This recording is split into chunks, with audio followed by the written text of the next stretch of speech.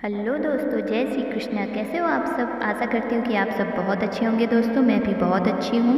नमस्कार दोस्तों, आज के हमारे वीडियो में हम आपके लिए जन्माष्टमी की कहानी लेकर आए हैं। भाद्रपद के कृष्ण पक्ष के अष्टमी को कृष्ण जन्माष्टमी का उत्सव मनाया जाता है। इस तिथि पर भगवान श्री कृष्ण का कंस के कारागृह में जन्म हुआ था।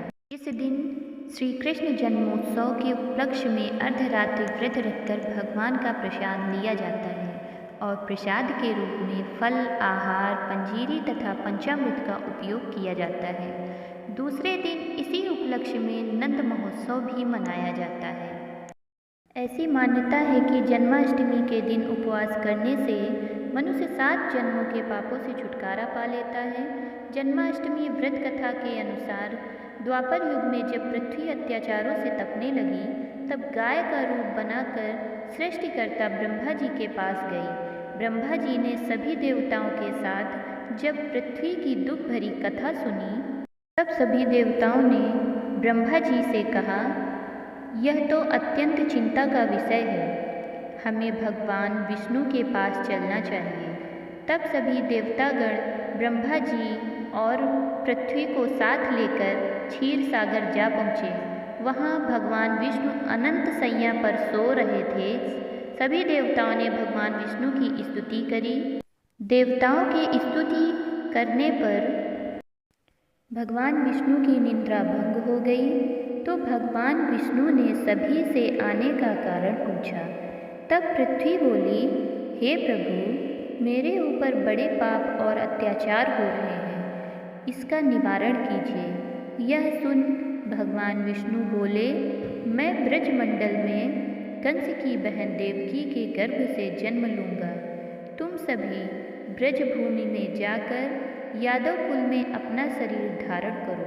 इतना कहकर भगवान विष्णु अंतर ध्यान हो गए। सभी देवता ब्रज में आकर यादव कुल में नंद, यशोदा तथा गोपियों के रूप में पैदा हुए। कुछ दिन बाद वासुदेव नवविवाहित देवकी तथा साले कंस के साथ गोकुल जा रहे थे।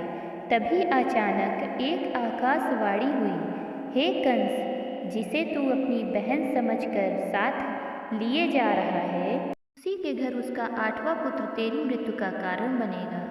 यह आकाशवाणी सुनते ही कंस ने तलवार निकाली और वह देवकी को मारने के लिए दौड़ा, तो वासुदेव ने हाथ जोड़कर कहा, यह औरत बेकसूर है, इसे मारना ठीक नहीं। पैदा होते ही अपनी सभी संतानें आपको दे दूंगा, तब आपको कौन मारेगा? कंस उनकी बात मान गया तथा उन्हें कारागृह ले जाकर बंदी बना दिया गया। दिए गए वचन के अनुसार वासुदेव ने अपनी सभी पुत्रों को पैदा होते ही कंस को दे दिया तथा पापी कंस उन्हें मारता चला गया। देवकी के 7 पुत्रों के मरने के बाद जब कंस ने देवकी के 8वें गर्भ की बात सुनी, तो उसने कारागृह में कड़ा पहरा लगा दिया।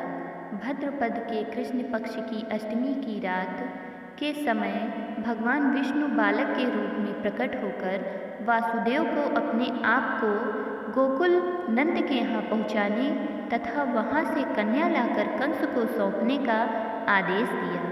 तब वासुदेव श्री कृष्ण को गोकुल ले चलने के लिए तैयार हुए। दरवाजे अपने आप खुल गए, पहरेदार सोए हुए नजर आए। यमुना पार कर वासुदेव गोकुल पहुंच गए। वहां सोई हुई यशोदा को देखकर उन्होंने बालक श्री कृष्ण को उनके पास सुला दिया और सोई हुई कन्या को लेकर कारागृह में पहुँचे। तब कारागृह के दरवाजे अपने आप बंद हो गए। सिपाहियों ने कंस को सूचना दी। खबर पाते ही कंस कन्या को हाथ में लेकर पत्थर पर पटकना चाहा, लेकिन वह कन्या हाथ से छूटकर आकाश में उड़ गई। वह साक्षात देवी के रूप में प्रकट हुई और बोली, हे कंस, तुझे मारने वाला गोकुल में बहुत पहले पैदा हो चुका है। दोस्तों, इस तरह भगवान श्री कृष्ण का पृथ्वी पर अवतरण हुआ। भगवान श्री कृष्ण बड़े होकर बकासुर, पूतना, कंस जैसे राक्षसों को मारकर पृथ्वी तथा लोगों की रक्षा की। दोस्तों यह कहानी आपको कैसी लगी? श्री कृष्ण जन्माष्टमी की कथा आप लोगों को कैसी लगी? आप लोग कमेंट में ज़रूर बताइएगा। मैं इसी तरह के मार्मिक प्रसंग आप लोगों के सामने लाती रहूँगी। जय श्री कृष्ण। नमस्कार दोस्तों।